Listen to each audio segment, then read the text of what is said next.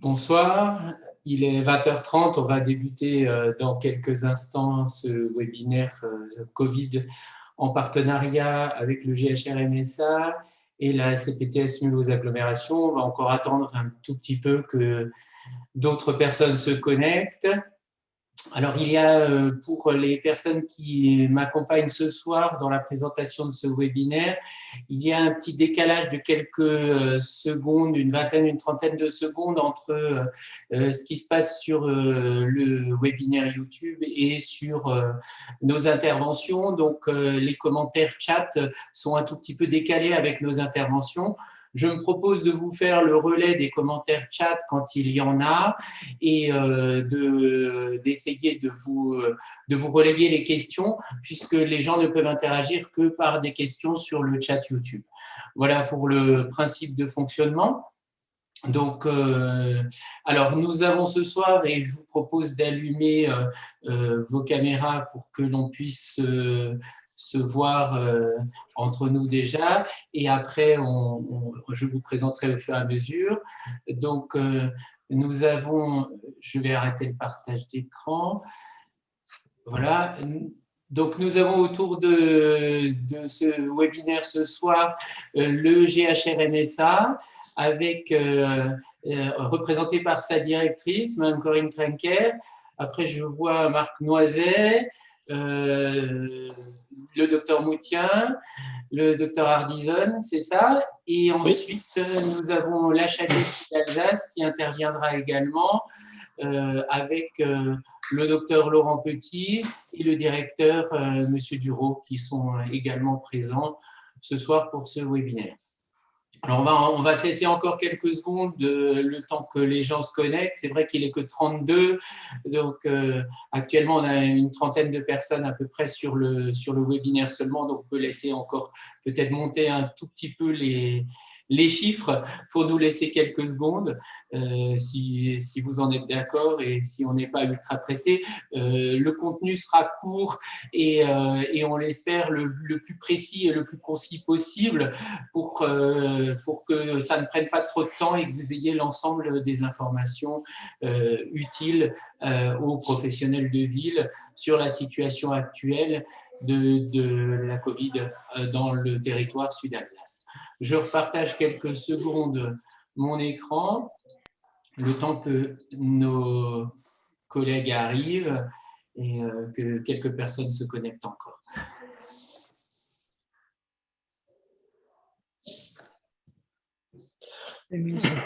Donc, pour les personnes qui sont connectées sur le chat YouTube, vous avez le chat. J'ai déjà vu que certaines personnes ont trouvé le chat. N'hésitez pas à mettre vos questions et vos commentaires sur le chat en live. Je les relaterai aux différents intervenants de ce soir. Donc, n'hésitez pas à intervenir par l'intermédiaire de ce chat. Alors, juste pour vous présenter le programme de ce webinaire. Donc, l'idée était de vous faire un point de situation de la situation Covid à la fois en ville et à l'hôpital.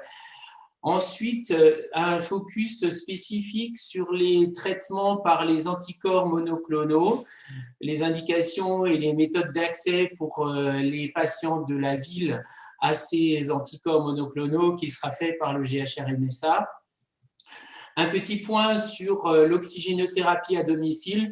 C'est vrai que nous avons déjà parlé de ce sujet auparavant et nous avions déjà traité ce point-là, mais vu la situation, et on en reparlera, ça paraissait sans doute intéressant de refaire un petit rappel de ce qui est possible de faire en ville.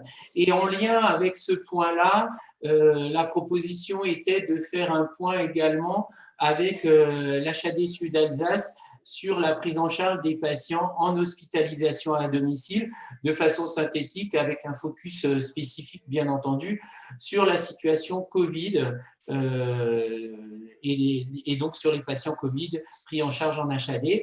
Et enfin, terminer sur un point sur la vaccination à la fois les chiffres de la vaccination, mais également les critères d'éligibilité des patients et des professionnels de santé aux différents vaccins actuels qui vous seront rappelés durant ce webinaire. Voilà.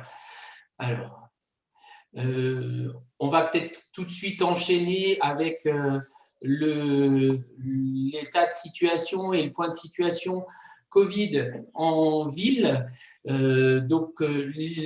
Actuellement, vous voyez sur le diaporama, actuellement le taux d'incidence est de plus de 212,7 sur une semaine pour 100 000 habitants, en hausse. Vous avez en dessous la courbe du taux d'incidence hebdomadaire partant de la semaine 40 de 2020. Donc, vous voyez la deuxième vague Covid donc de fin d'année 2020. La petite recrudescence qui a eu lieu début de l'année 2021 après les fêtes de fin d'année, le creux que nous avons tous vécu et qui avait bien soulagé tout le monde des quelques semaines de février, avec la reprise lente mais néanmoins constante du taux d'incidence et l'augmentation progressive de ce taux d'incidence. La part des variants, elle reste stable, même un peu en diminution actuellement. Elle est de l'ordre de 88%, 88,6%. Alors, pour donner un ordre de grandeur de ce que représente le taux d'incidence de 212,7, ça représente 1337 patients positifs par semaine les derniers temps. Alors, là, vous avez également sur la présentation la courbe, enfin la représentation des taux d'incidence selon les âges. Et je trouvais que c'était intéressant de le présenter là parce qu'on voit que ces taux d'incidence sont extrêmement différents. C'est les derniers taux d'incidence de la semaine dernière hein, et ils sont relativement différents de ce qu'on avait connu auparavant. Vous voyez que les taux d'incidence les plus élevés, alors ces chiffres-là sont faits sur l'ensemble du Grand Est et pas sur notre territoire. Je n'avais pas de répartition par classe d'âge sur notre territoire, mais sur l'ensemble du Grand Est, on voit nettement que les taux d'incidence les plus élevés sont dans les catégories d'âge 10-19 ans et jusqu'à 49 ans, et qu'après ça diminue avec de nouveau un petit peu de reprise du taux d'incidence chez les patients âgés, mais c'est pas du tout aussi net et aussi prédominant que ce qu'on avait les fois précédentes. La suite du diaporama représente le point de situation en ville avec cette fois-ci les activités médicales, avec la courbe orange qui est l'activité médicale de SOS Médecins sur le territoire de l'agglomération mulhousienne, avec toujours la même échelle que ce que j'ai présenté tout à l'heure, départ semaine 40 de l'année 2020 et dernier chiffre semaine 13 de cette année, où vous voyez le pic de la deuxième vague de fin d'année 2020, l'accalmie des fêtes de fin d'année, la reprise semaines 5 et 6 de l'activité médicale liée aux conséquences des fêtes de fin d'année, de nouveau une accalmie et là une reprise quand même relativement importante puisqu'on est de nouveau à des chiffres d'activité correspondant peu ou prou à ce que nous avions dans l'activité de la deuxième vague Covid, donc fin de l'année 2020, avec un taux d'activité de 1200 cas Covid pour 10 000 actes, et ça par semaine, bien entendu, c'est toujours des chiffres par semaine. Alors, j'ai représenté pour comparaison l'activité aux urgences et vous voyez qu'elle est tout à fait superposable avec toujours néanmoins un certain décalage temporel.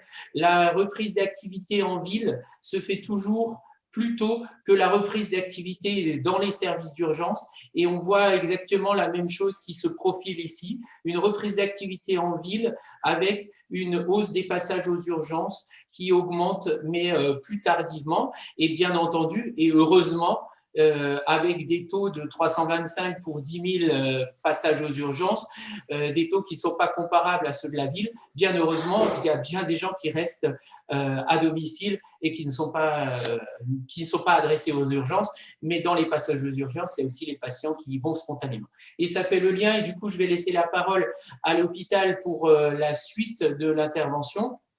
Ça fait le lien avec l'activité hospitalière actuelle pour l'activité Covid au GHRMSA.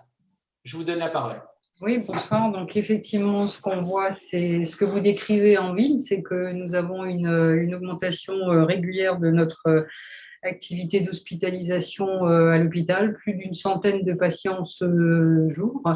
Alors, quand on a fait la diapo, nous étions effectivement à 37 lits occupés, 19 Covid en réa. Là, aujourd'hui, on est à 38 lits occupés.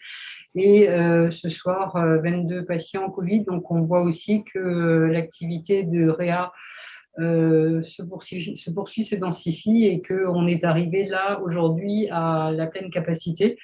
Et même au-delà, puisque le nombre de lits a été augmenté de 2 mardi soir. Donc, effectivement, un rythme soutenu de patients à hospitaliser en provenance des urgences ou des services d'hospitalisation. Peut-être en complément sur les secteurs de réa et de médecine, Dr. Moussien. Oui, effectivement, pour la réanimation, on a vu une augmentation ces 2 dernières semaines du nombre de patients. Comme disait notre directrice, Mme Trinker, cette augmentation dans les services de réanimation, avec une augmentation aujourd'hui de la capacité totale de lits de réanimation à 38 lits. On était à 18 lits en réanimation médicale. Il y a aussi des patients qui sont en réanimation chirurgicale. Et là, on attend l'admission d'une 19e patient en réanimation médicale. Ce qu'on constate aussi au niveau des comorbidités, on retrouve presque les mêmes facteurs, donc l'HTA, le diabète, l'obésité, mais surtout en rajeunissement de la population admise en réanimation. Ça, c'est important de dire que nous avons constaté depuis le début de l'année qu'on va admettre des patients de plus en plus jeunes. Quand on regarde un petit peu ce qui a été publié dans les données anglaises, cette contagiosité, donc ces variants, vous en avez parlé avant, des variants anglais qui deviennent aujourd'hui le variant majoritaire. Effectivement, là, dans le service de réanimation, on a plus de 50 à 60% des patients qui ont le variant anglais. Donc voilà, en gros, ces comorbidités, ce rajeunissement de la population qui est admise en réanimation. Et puis peut-être par après, s'il y a des questions, on parlera des nouvelles données sur l'immunité innée, l'immunité adaptative et les thérapeutiques qui sont en cours actuellement. Merci. Donc, on peut passer du coup à peut-être les thérapeutiques. Alors, c'est presque sans transition, mais néanmoins, ça fait le lien quand même, puisque c'est toujours l'hôpital. Et l'arrivée de cette bithérapie par anticorps monoclonaux, est-ce que vous pouvez nous en parler, nous expliquer un petit peu comment ça fonctionne, comment c'est accessible et quels sont les patients qui sont éligibles pour cette bithérapie? Alors, on va laisser le docteur Ardison prendre la parole. Oui, merci.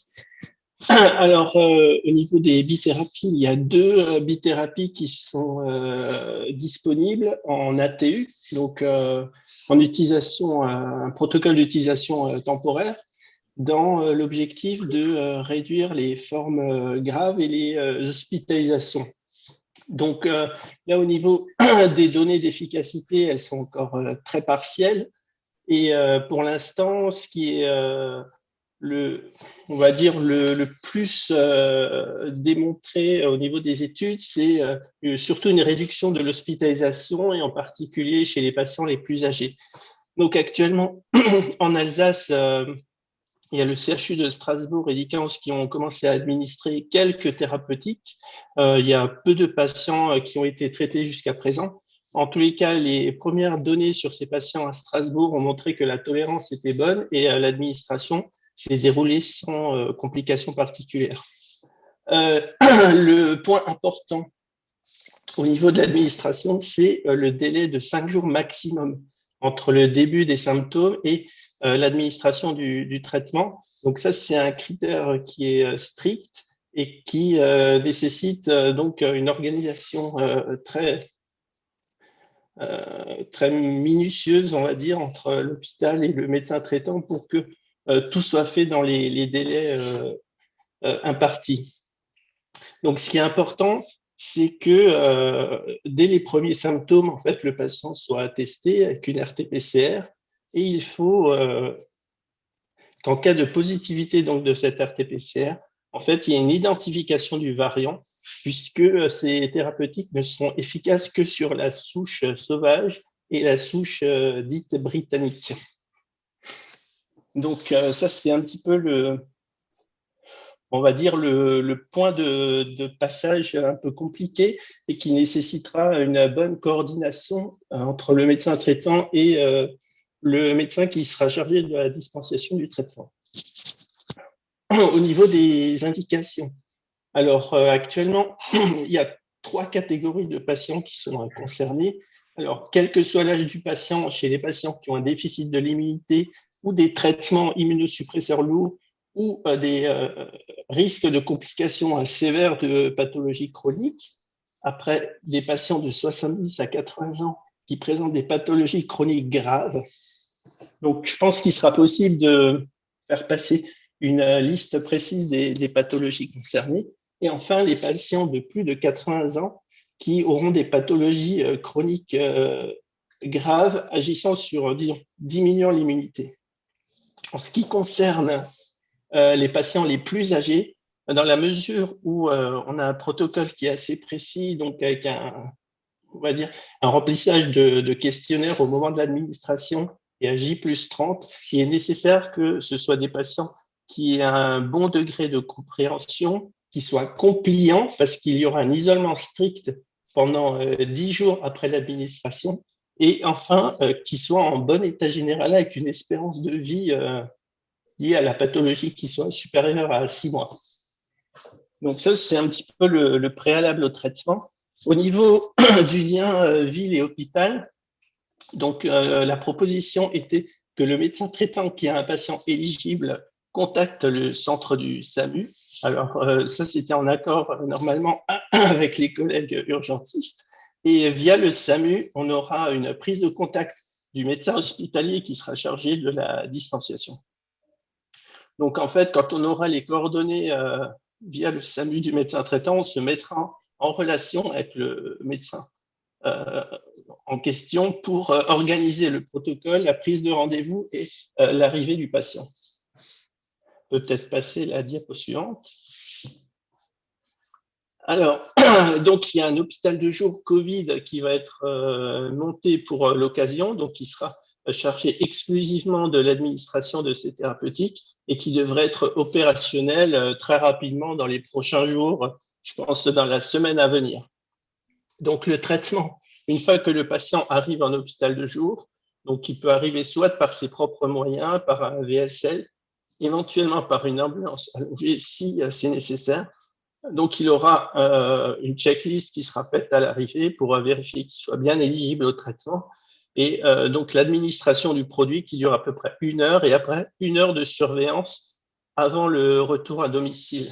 La suite de la prise en charge sera réalisée par le médecin traitant et la surveillance donc, est un petit peu particulière puisqu'il y aura une prescription de passage d'une idée pour réaliser une RT-PCR à J+7.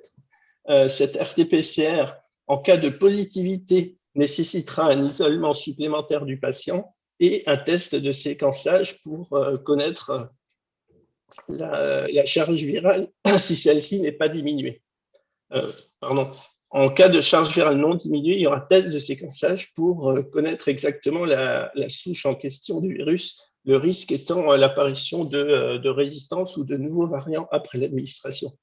Et enfin, à J+30, il y aura une prise de contact en téléconsultation pour le remplissage du dossier d'ATU de fin de participation au protocole. Donc, il y aura une plateforme dédiée qui est mise en place par les laboratoires Roche et Lilly, qui sont les 2 laboratoires qui sont impliqués dans ces protocoles de recherche. Donc, ça, c'est un petit peu à l'état des lieux au jour d'aujourd'hui. Merci pour cette intervention. Il y a une question sur le chat. Quelqu'un disait, si j'ai bien compris, des patients en EHPAD ou grabataires ne sont pas éligibles. Est-ce que vous confirmez que c'est bien que c'est... Alors, il y a eu, il y a une dizaine de jours, une réunion de l'Omédit Grand Est avec les différents centres de référence, et les infectiologues de Nancy avaient déconseillé effectivement de proposer ce traitement aux patients maintenant qui auraient une espérance de vie courte, parce que ça reste en fait un essai thérapeutique et le bénéfice pour le patient risque d'être absent. D'accord. Donc, est-ce que peut-être vous pourriez juste rappeler en quelques secondes les critères d'éligibilité des patients, juste de façon très synthétique, hein, mais les très grands critères de patients auxquels il faut penser, enfin non, Oui, pardon, tout à fait. de patients pour lesquels il faut penser à éventuellement tenter d'enclencher ce traitement. On a bien compris le délai, mais les critères médicaux. Oui, donc il y a 3 catégories. Donc, quel que soit l'âge du patient, ce seront les patients porteurs de pathologies néoplasiques avec des chimiothérapies en cours, les patients transplantés d'organes ou transplantés de moelle osseuse, les patients qui ont une insuffisance rénale grave, en particulier les dialysés, et enfin les patients qui ont des maladies auto-immunes sévères, type lupus systémique avec traitement immunodépresseur sévère, et enfin les patients qui suivent pour des maladies auto-immunes moins graves des corticothérapies à forte dose. En général, c'est plus de 15 mg jour de prednisone ou des traitements ciblés, en particulier le rituximab. Donc ça, c'est quel que soit l'âge des patients pour toute la population. Après, pour les catégories plus âgées, donc entre 70 et 80 ans, c'est en cas de maladie chronique, en particulier pulmonaire et donc les fibroses pulmonaires idiopathiques, les scléroses latérales amyotrophiques. Là se pose souvent la question en fait du caractère grabataire ou pas du patient. Après, les pathologies rares du foie, en particulier les hépatites auto-immunes, les myopathies évoluées, et enfin les patients porteurs de soit maladies rares comme les fièvres familiales chroniques ou alors les trisomies 21. Enfin, pour les patients les plus âgés, donc au-delà de 80 ans, ce sera l'obésité, les BPCO, l'insuffisance respiratoire chronique et l'insuffisance rénale chronique, l'HTA sévère et les cardiopathies associées, enfin les cancers et les maladies hématologiques évolutives. Merci beaucoup. Merci pour ce résumé. Je n'ai pas vu d'autres questions sur le chat pour le moment, donc on peut passer peut-être à la thématique suivante. La thématique suivante se concentrait de nouveau sur la ville et concernait les réponses, concernait la prise en charge en oxygénothérapie à domicile des patients Covid positifs. C'est un rappel, puisque vous le voyez, c'est une recommandation de la HAS qui était sortie déjà en novembre 2020. Alors, je vous rappellerai juste ici, par ce schéma, les critères de suivi des patients à domicile, les critères de suivi. Donc, au départ, une évaluation de la fréquence respiratoire, de la saturation, de la fréquence cardiaque, de la tension artérielle et de l'état général du patient permettent déjà de déterminer si oui ou non est présent un critère de gravité qui nécessite immédiatement un appel au 15. Les critères étant à l'écran. Si nous ne sommes pas dans ces situations les plus graves et que les patients rentrent dans un critère d'une saturation supérieure à 94, une fréquence cardiaque conservée pas trop élevée, l'absence de dyspnée et l'absence de comorbidité à un environnement favorable, il y a la possibilité de déclencher la prise en charge à domicile. Dans les cas intermédiaires, donc entre la situation en bleu et la situation en vert, un patient peut bénéficier soit d'une hospitalisation, soit d'une oxygénothérapie à domicile, soit encore d'une prise en charge en HAD, et on en parlera dans quelques instants. Concernant l'oxygénothérapie à domicile, je vous ai remis ici à l'écran les critères d'éligibilité des patients, à la fois liés à l'environnement. Je ne vais pas les lister, je ne vais pas les lire ici, mais il faut que l'environnement soit propice à un maintien à domicile sous oxygène, et des critères d'éligibilité liés aux patients, bien entendu, à la fois des critères cliniques, mais également des critères d'autonomie du patient. Et à partir de là, un certain nombre de critères médicaux d'exclusion. Alors, la liste est longue. Une fois de plus, on vous l'avait déjà présenté, donc je ne vais pas refaire cette liste en détail. La liste est longue, mais néanmoins, elle permet, sur la base de 2 catégories, de critères majeurs pour lesquels la présence d'un seul critère suffit à exclure le patient de l'éligibilité à l'oxygénothérapie à domicile, et des critères mineurs. Ces critères-là, il faut la présence de 2 critères, de 2 de ces critères pour exclure le patient, un seul permettant au patient de bénéficier d'une oxygénothérapie à domicile. Voilà, la liste est longue, elle est à l'écran, vous avez le temps de la lire, et de toute façon, la vidéo sera redisponible en replay sur YouTube, et vous pourrez donc arrêter, faire pause et voir en détail les critères majeurs et les critères mineurs d'exclusion de l'oxygénothérapie à domicile. Alors, je vous rappelle les modalités de prise en charge. Donc, les modalités de prise en charge à domicile, donc avec la mise sous oxygénothérapie afin de maintenir une saturation supérieure ou égale à 92-94%, la prise de paracétamol, les HVPM à dose préventive, l'antibiothérapie en cas de foyer bactérien, la mise en route éventuelle d'une corticothérapie à dose dégressive et la prescription d'un bilan biologique.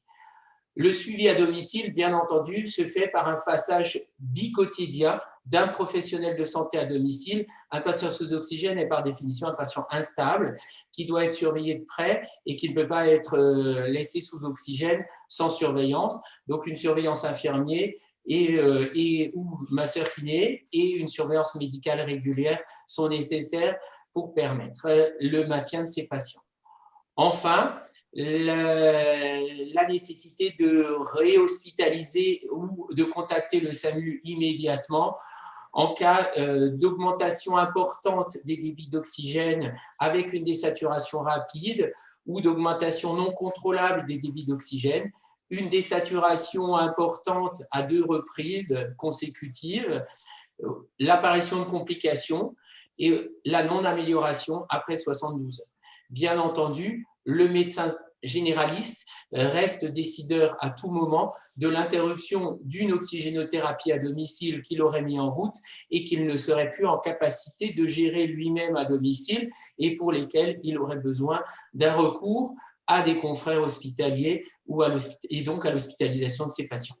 Avant l'hospitalisation des patients, et l'alternative va être proposée dans quelques secondes, c'est la possibilité éventuelle de recourir pour les mêmes patients et pour en partie les mêmes patients à l'hospitalisation à domicile. Et donc là, je vais céder la parole. Alors, je ne sais pas qui des deux, si c'est le docteur Petit ou monsieur Duro qui prend la parole, mais allez-y, activez votre micro et je vous cède la parole pour présenter l'HAD dans ce cadre-là. Bonjour, je vais juste commencer, mais je vais laisser la parole au docteur Petit pour préciser les différents cas de figure. Simplement préciser comment intervient ou comment recourir à l'HAD, notamment en période de tension hospitalière, parce que je rappelle, même si je pense que la plupart connaissent l'HAD, mais il y a vraiment deux axes, éviter quand c'est possible, ou retarder une hospitalisation conventionnelle. Et puis, bien sûr, les sorties anticipées de l'hôpital en mobilisant la médecine de ville. Donc, sur ces 2 aspects, l'objectif, là, c'est pour nous de préserver les capacités hospitalières pendant cette période complexe. Donc, je vais laisser la parole au docteur Petit qui va vous présenter les situations pour les patients Covid et non Covid.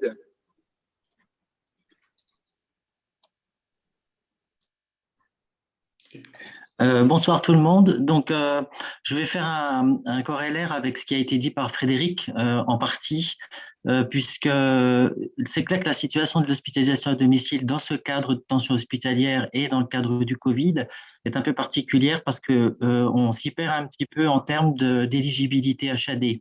Donc, je pense que ce qu'il faut retenir et ce qu'il faudra retenir de ma présentation, qui va être relativement courte, c'est que quand on a le sentiment, en tout cas quand on a les éléments pertinents pour un maintien à domicile et une mise en place d'oxygénothérapie dans un mode simple, eh ben, il faut faire dans le mode simple. Quand on a des critères d'éligibilité d'hospitalisation du patient pour des raisons de comorbidité ou d'aggravation ou de critères de risque, il faut hospitaliser. Et puis, quand vous êtes dans une situation où vous vous posez les questions, je crois qu'il faut se poser la question de l'HAD. Voilà, en clair, c'est un petit peu ce qui est déterminant. Et à partir de là, c'est contacter l'hospitalisation à domicile et nous, on vous apportera peut-être les éléments suffisants pour dire non, on pense qu'il y a un risque potentiel et donc il faut hospitaliser. Soit c'est relativement léger, il n'y a pas d'HAD, soit on sera une plus-value pour le patient et pour le médecin traitant dans la coordination des soins. Alors, je vais partir plutôt déjà sur le patient Covid+. C'est à domicile une surveillance renforcée qui nécessitera une coordination soutenue et qui viendra en aide des libéraux, en particulier du médecin traitant et des infirmiers. Et donc, cette coordination, ce sera une présence soutenue, en particulier sur le fait qu'on a une réactivité en astreinte, principalement la nuit. Je vous rappelle aussi que les médecins en HAD, coordonnateurs, font une astreinte de nuit. Donc, on peut aussi être aidant en complément de l'aide que fera sur le terme clinique le SOS médecin. Ensuite, dans le cadre des institutions, en particulier des EHPAD et des foyers, des MAS, etc., là, on vient sur un soutien organisationnel avec un appui auprès du médecin coordonnateur et des médecins traitants intervenant au titre du soin des patients, dans le cadre d'un accompagnement et des décisions de démarche collégiale, principalement dans les situations plutôt palliatives. Mais on peut être aussi dans des situations d'aggravation ou alors dans le souhait de ne pas adresser les patients aux urgences pour ne pas emboliser le service. Il y a un soutien logistique humain et matériel aussi, en particulier dans la possibilité de mettre des dispositifs complémentaires avec toujours cette sécurisation du dispositif par l'appui des infirmiers de l'HAD et du médecin coordonnateur, et en particulier aussi apporter une aide sur certaines prescriptions qui peuvent être sensibles, en particulier la morphine ou d'autres molécules qui peuvent être hospitalières ou non.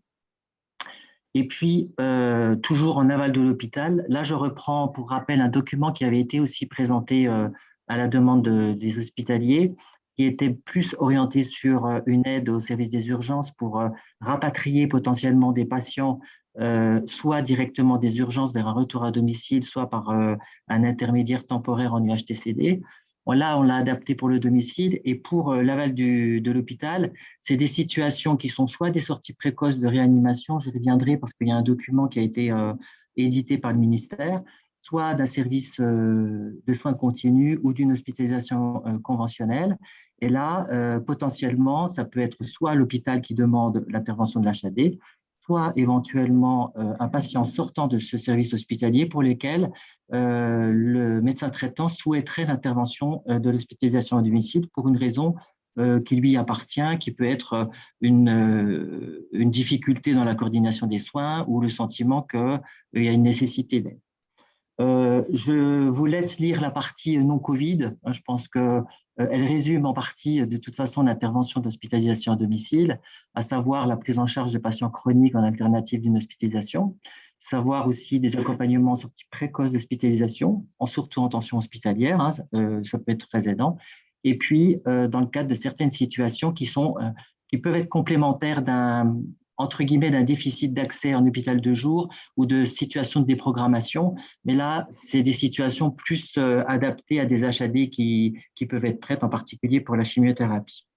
On en fait actuellement en hospitalisation à domicile, mais ça reste encore assez anecdotique. Alors, juste un petit rappel avant de vous donner les éléments sur les contacts. Je vous fais simplement une petite synthèse pour les patients Covid-19. Je trouvais que cette circulaire était résumait assez bien les éléments. Donc, pour rappel, les patients ne requérant plus une surveillance continue 24 heures sur 24, mais nécessitant une surveillance médicale et soignante, les patients n'ayant pas justifié de séjour en réanimation mais dont les comorbidités associées imposent un suivi ou des soins, ou une prise en charge de 48 heures ou de courte durée au décours d'un séjour MCO. L'idée étant que l'HAD n'intervient pas spécialement pour plusieurs semaines, on peut intervenir pour aider les médecins traitants et les infirmiers sur des courtes durées pour passer un cap. Voilà, deuxième diapo. Alors, pour toute demande, vous connaissez le numéro de téléphone, c'est donc le secrétariat du lundi au vendredi de 8h à 19h. Vous pouvez aussi, je pense que le document sera distribué, télécharger une prescription HAD qu'on vient de formaliser. Alors, on a fait une demande, une prescription d'HAD spéciale domicile pour les médecins traitants que vous pourrez retourner par mail ou à l'adresse mail que vous avez ou par fax.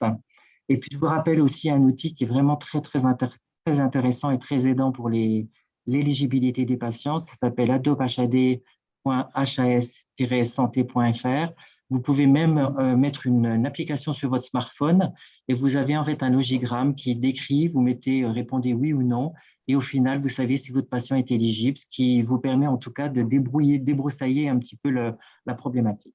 Voilà. Merci beaucoup, Laurent, pour toutes ces précisions et pour le rappel des conditions pour joindre et faire prendre en charge des patients par l'HAD. Je vous propose de continuer sur la thématique de la vaccination. Alors, c'est sans transition.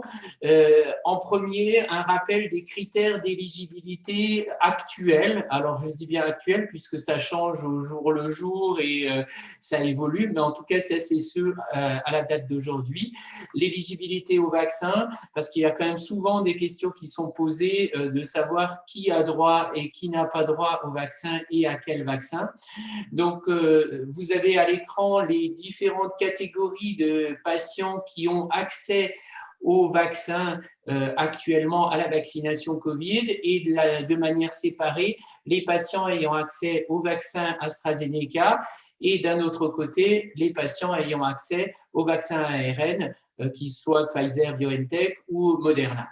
Donc, lorsque, bien sûr, tous les mineurs sont exclus de la prise en vaccination actuellement, les patients jeunes à très haut risque de problèmes de santé, donc les patients à très haut risque peuvent bénéficier aujourd'hui de la vaccination par les vaccins à ARN messager. Entre 50 et 54 ans, les patients à forme grave, donc avec simplement des comorbidités simples ou à très haut risque, les deux catégories-là peuvent bénéficier de vaccins à ARN messager. La situation change lorsqu'on passe le cap des 55 ans, puisque les 55-69 ans, lorsqu'il s'agit de pathologies à risque des patients à risque de forme grave, mais non pas de patients à très haut risque, ils sont éligibles uniquement au vaccin à AstraZeneca et ils ne sont plus éligibles au vaccin à ARN Pfizer ou Moderna. Bien sûr, les patients à très haut risque restent éligibles au vaccin ARN, mais également au vaccin AstraZeneca lorsqu'ils ont passé l'âge de 55 ans. Et pour les plus de 70 ans, bien entendu, ils sont éligibles à toutes les formes de vaccins. Donc, il y a la possibilité de vacciner en ville et dans les centres de vaccination. Je passe sur les professionnels de santé parce que les professionnels de santé actuellement bénéficient d'une situation un peu particulière puisque les professionnels de santé jeunes actuellement, moins de 54 ans, sont éligibles au vaccin à ARN, contrairement à ce qui était en tout début de la période de vaccination où c'était uniquement les professionnels de santé plus de 50 ans. Maintenant, c'est les jeunes de 18 à 54 ans qui sont éligibles au vaccin à ARN, Pfizer ou Moderna. Et les personnels de santé de plus de 55 ans sont éligibles aux deux vaccins, AstraZeneca et Pfizer, BioNTech et Moderna, vaccin ARN. Alors, la question n'a pas encore été posée, mais je vais quand même y répondre tout de suite. La question des patients entre 18 et des professionnels de santé entre 18 et 54 ans qui ont bénéficié d'une vaccination par AstraZeneca, première vaccination, et qui aujourd'hui sont dans l'intervalle avant leur rappel, puisqu'aujourd'hui, il n'y a pas, la question est posée sur le chat également, mais il n'y a pas on n'est pas encore dans la période de rappel, puisque je vous le rappelle justement, le délai pour les rappels de l'AstraZeneca sont de 3 mois.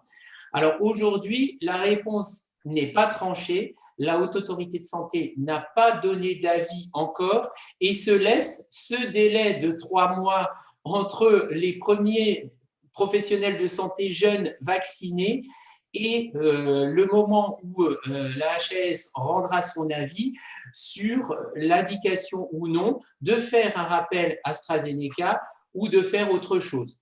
Actuellement, une piste envisagée serait, au-delà de 3 mois, de refaire une vaccination par un vaccin, cette fois-ci d'une autre famille, ARN. C'est la piste qui est envisagée par la HAS, mais qui n'est pas validée aujourd'hui. C'est simplement une piste qui est en discussion et en négociation, et qui serait donc une vaccination à 3 mois par un vaccin ARN chez ces professionnels de santé-là. Donc aujourd'hui, il y a lieu d'attendre l'avis de la Haute Autorité de Santé, malheureusement, et donc d'attendre le délai de 3 mois pour avoir les informations qui sortiront. Je ne sais pas si mes collègues hospitaliers avaient plus d'informations plus fraîches ou plus récentes, mais moi, c'est les dernières que j'ai reçues dans les textes officiels de la Haute Autorité de Santé. Effectivement, ce que tu viens de dire, je sors d'une réunion où il y avait le professeur Lelièvre du service d'immunologie clinique et maladies infectieuses à Créteil, qui en tout cas va remettre son rapport le début de semaine prochaine. Visiblement, si des gens qui ont été vaccinés, comme tu disais, par le vaccin d'AstraZeneca, on va attendre ce délai de 12 semaines, ça fait 3 mois. Donc on a le temps parce qu'ils ont été vaccinés moins de 3 mois. Et en tout cas, aujourd'hui, il ne nous a pas donné encore la confirmation, mais en tout cas, il a laissé sous-entendre qu'on ne va pas repartir sur le même vaccin. On va peut-être partir sur cette forme hybride, finalement, qui est déjà adoptée par certains pays, mais peut-être aussi qu'on ne va pas prendre aussi un autre vaccin avec le même vecteur, comme le prochain vaccin qui va arriver. Donc, il va remettre son rapport début de semaine prochaine, et je pense qu'on va avoir l'information importante à diffuser tant au niveau des personnels de soins que pour la population, pour ceux en tout cas qui ont déjà eu une première dose d'AstraZeneca. Oui, qui était moins importante en termes de nombre, puisqu'il y a eu peu de gens qui étaient éligibles à la période et qui sont concernés par cette tranche d'âge-là, mais il y en a effectivement, mais c'est plus prégnant chez les professionnels de santé. Je vous laisse la parole peut-être pour parler de vaccination encore, et je vous rends la parole pour parler de la vaccination à l'hôpital, et du coup, on terminera après par la vaccination en centre de vaccination. Oui, alors très rapidement, pour ce qui concerne notre établissement, vous le voyez, un taux de vaccination des professionnels de santé qui reste malgré tout relativement bas. C'est le paradoxe des professionnels de santé hospitaliers, donc un peu plus de 30% qui sont aujourd'hui vaccinés sur une population éligible aujourd'hui de 6 500 agents.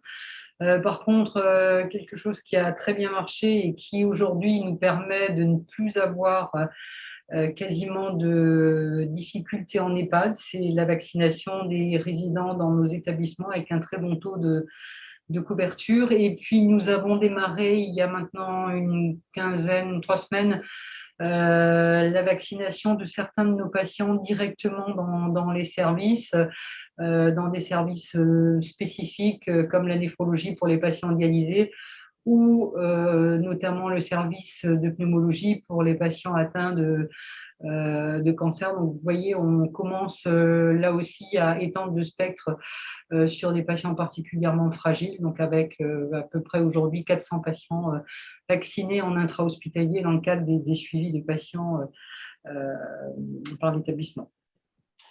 Oui, merci. Je vous fais juste un point sur le centre de vaccination de Mulhouse qui est géré en collaboration entre la ville de Mulhouse et la CPTS Mulhouse Agglomération. Pour vous indiquer quelques chiffres aussi, quelques chiffres de vaccination. Donc, ce centre a vacciné et des patients et des professionnels de santé.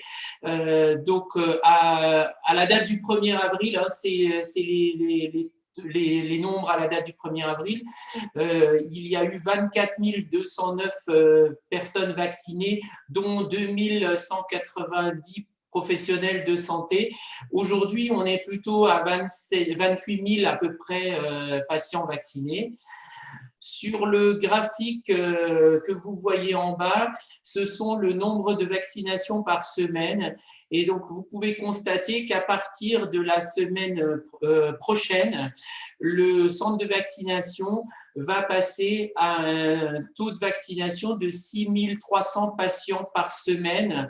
Une augmentation très importante à plus de 1200 vaccins par jour. On sera entre 1250 et 1300 vaccinés par jour, ce qui correspond à ce qu'ils appellent les vaccinodromes ou les mégacentres de vaccination, en sachant que nous sommes contrats non pas liés à l'organisation du centre et à la capacité à faire, mais aujourd'hui, ce qui nous contraint, ce sont les livraisons de vaccins, puisque nous pourrions aller au-delà de ces chiffres-là. Donc voilà, et la courbe de droite en rouge vous montre la prévision de ces vaccinations sur les prochaines semaines, et vous voyez qu'on devrait atteindre les 50 000 personnes vaccinées autour de la semaine 17 au centre de vaccination de Mulhouse, ce qui donne quand même des taux de vaccination assez importants. Voilà, pour le diaporama, c'en est terminé. Il y a une question sur le chat que je vais relayer à nos amis du GHR-MSA. Est-ce que vous avez pu constater ou mesurer un taux d'échappement des patients à la vaccination, puisqu'il y a régulièrement des patients, en particulier dans des EHPAD, où nous constatons des patients vaccinés qui sont atteints par la Covid-19 derrière. Donc, alors c'est vrai sur des formes peut-être moins graves, mais est-ce que vous avez des éléments là-dessus? Vas-y. Vous savez que pour la vaccination, vous avez vu un petit peu comment on a mesuré l'efficacité des vaccins. Les vaccins, en tout cas, il y a différentes façons d'évaluer un vaccin. Ça diminue les formes graves, ça diminue les formes qui nécessitent la réanimation, ça diminue les formes, je dirais, symptomatiques. En tout cas, on sait qu'il y a des patients qui ont été vaccinés et très peu de temps après la première dose de vaccin, ont présenté une maladie, mais sous une forme modérée. Mais c'est quelque chose qui est attendu, on sait que cela existe. Les gens ont, dans les études qu'on a vues, même quand l'efficacité avec le vaccin de Pfizer est à 95%, 94% Moderna, et on sait qu'on a quand même un pourcentage où le vaccin risque de ne pas marcher en fonction des populations. Ceux qui ont une immunité qui marche moins bien, forcément, auront un taux d'anticorps qui mettra du temps à monter.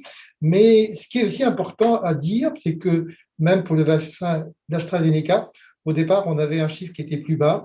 Et il y a une étude qui vient d'être publiée qui montre finalement, une étude écossaise qui a montré que le taux de réussite de ces vaccins, en tout cas d'efficacité, est bien au-delà que les résultats donnés dans les études. Oui, on a des patients qui arrivent, mais c'est très, très faible. Je dirais que les patients qu'on a pu admettre, c'est des patients qui venaient d'avoir leur première dose. Après, je crois que vous le savez aussi, hein, même si on est vacciné, aujourd'hui, en tout cas, on sait qu'on peut être vecteur, donc raison pour laquelle on demande aux gens de continuer aussi à respecter ces mesures barrières le temps que l'immunité collective soit plus importante. Oui, merci de cette remarque. Je crois que c'est quand même un message à faire passer. Et sans doute que les professionnels de santé le fassent passer à leurs patients aussi. C'est que le vaccin n'est pas un passeport au laisser-faire total. Et je crois que c'est ce que tu disais à l'instant, Loïc, c'est qu'il faut continuer à prendre des précautions comme avant.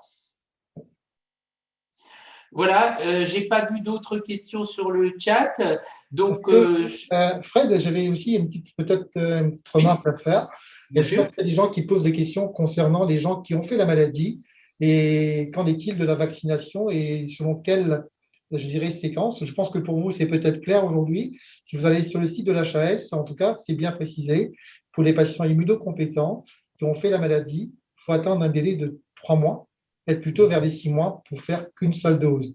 Aussi, autre message important à faire passer, et donc ça c'est pour les gens immunocompétents, hein, comme je disais avant. Et puis, deuxième chose, c'est qu'il n'est pas nécessaire, en tout cas, ce n'est pas validé, de faire des sérologies pour contrôler la vaccination. Ça aussi, c'est clair, on l'a répété encore aujourd'hui, parce qu'on ne connaît pas le cut-off, on ne sait pas ce qu'on mesure. Donc, n'essayez pas d'aller faire des sérologies pour savoir si votre vaccination a marché ou pas. En tout cas, ce n'est pas ce moyen-là. Merci, oui, merci de ces précisions. C'est effectivement, je pense que c'était intéressant et très utile de le préciser, surtout sur l'élément des sérologies qui, je pense, n'est pas connu de l'ensemble des professionnels de santé qui ont visionné ou qui visionneront encore ce webinaire. Donc, je tenais à vous remercier. Je tenais à remercier surtout le GHRMSA et l'HAD de leur présence ce soir. Merci de nous avoir aidés à préparer ce webinaire. Il sera disponible en ligne sur la chaîne YouTube de la CPTS et le lien sera sur le site de la CPTS pour revisionner ce webinaire ultérieurement. Merci à tous. Je vous souhaite à tous une excellente soirée et nous renouvellerons ce type de webinaire en cas de besoin si la situation sanitaire le justifie et est nécessaire à vous transmettre des informations. Merci encore à nos participants. Merci, bonsoir. Bonsoir. Et excellente soirée.